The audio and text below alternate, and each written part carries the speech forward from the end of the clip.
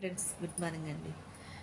చాలామంది అండి మూర్ఖత్వంతోనే మొండితనంతో ప్రవర్తిస్తూ ఉంటారు కొంతమంది పిల్లలు.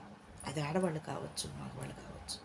తల్లిదండ్రులను నొప్పించి, తల్లిదండ్రుని ఏడిపించి, తల్లిదండ్రుని ఇబ్బందికరమైన పరిస్థితుల్లోకి నెట్టి ఏ పిల్లలు కూడా మీ జీవితాన్ని మీరు సరిదిద్దుకోలేరండి. తెలియక నాకు రెక్కలు వచ్చినాను, నాకు అవకాశం వచ్చిందను కొంతమంది కొన్ని రకాల నిర్ణయాలు చెప్పుడు మాటల ద్వారాగా, ఫ్రెండ్స్ ద్వారాగా వాళ్ళంతగా వాళ్ళు తీసుకుంటారు. కొంతమంది తల్లిదండ్రులు నన్ను 10 నెలలు మోసి కన్ని పెంచి నా జీవితాన్ని సరిదిద్దవలసింది నా తల్లిదండ్రులు కాబట్టి కష్టమైన నా తల్లిదండ్రులతో పంచుకుంటాను అని కొంతమంది చెప్తూ ఉంటారు. కొంతమంది తన ఆలోచనని, తన అంతరాత్మని ప్రతిదీ కూడా తల్లిదండ్రులకు షేర్ చేస్తూ ఉంటారు. ఫ్రెండ్స్, ఒక స్నేహితుల్లాగా తల్లిదండ్రులు కూడా భావిస్తూ ఉంటారు.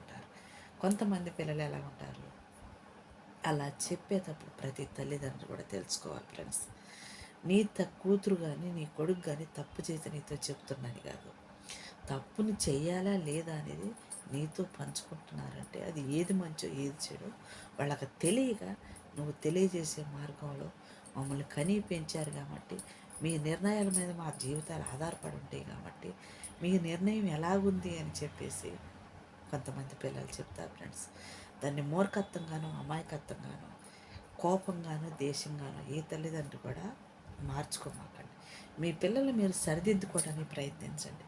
ఏది మంచో ఏది చెడో వాళ్ళకే తెలియజేయటానికి ప్రతి తల్లిదండ్రులు ఓపికతో వాళ్ళకి మీ ప్రేమని, మీ కష్టాన్ని, మీ నష్టాలని వాళ్ళకి రేపు జీవితంలో వాళ్ళు తీసుకున్న నిర్ణయాలు ఎంత అవసరమైనయో అనవసరమైనయో తెలియజేయడానికి ప్రతి తల్లిదండ్రి కూడా ఫ్రెండ్స్ సిద్ధంగా ఉన్నప్పుడు పిల్లల ప్రతిదీ కూడా మనతో షేర్ చేసుకోవడానికి వాళ్ళు సిద్ధంగా ఉంటారు. వాళ్ళని నిందించో, దూషించో, హింసించో లేదా కొట్టో, తిట్టో వాళ్ళ మనసుని, వాళ్ళ శరీరాన్ని ఎప్పుడు మీరు కట్టడి చేయలేరు. ఫ్రెండ్స్, చాలామంది తల్లిదండ్రులు చెయ్యాలి అనే ఒక మూర్ఖత్వంతోనూ చెప్పుకోలేని పరిస్థితులు ఆ పిల్లలకు తీసుకొచ్చి వాళ్ళని ఒంటరితనంతో కావచ్చు, వాళ్ళ నిర్ణయాల మీద వాళ్ళ జీవితాలు నిలబెట్టుకోవచ్చు, పడగొట్టుకోవచ్చు. ప్రేమ అనేది దొరక్క, అవసరాలు అనేది తెలియజేసేవాళ్ళు, మంచి చెడు చెప్పేవాళ్ళు లేక చాలామంది పిల్లల ఫ్రెండ్స్ చెడిపోతూ ఉంటున్నారు. నానమ్మలు కావచ్చు, అమ్మమ్మలు కావచ్చు, మనకి వెనక మనతో ఉమ్మడి కుటుంబం ఉన్నప్పుడు మంచి చెడు ప్రతి నానమ్మ కావచ్చు, అమ్మమ్మ కావచ్చు, తాతలు కావచ్చు నేర్పుతూ ఉండేవాళ్ళు పిల్లలకి.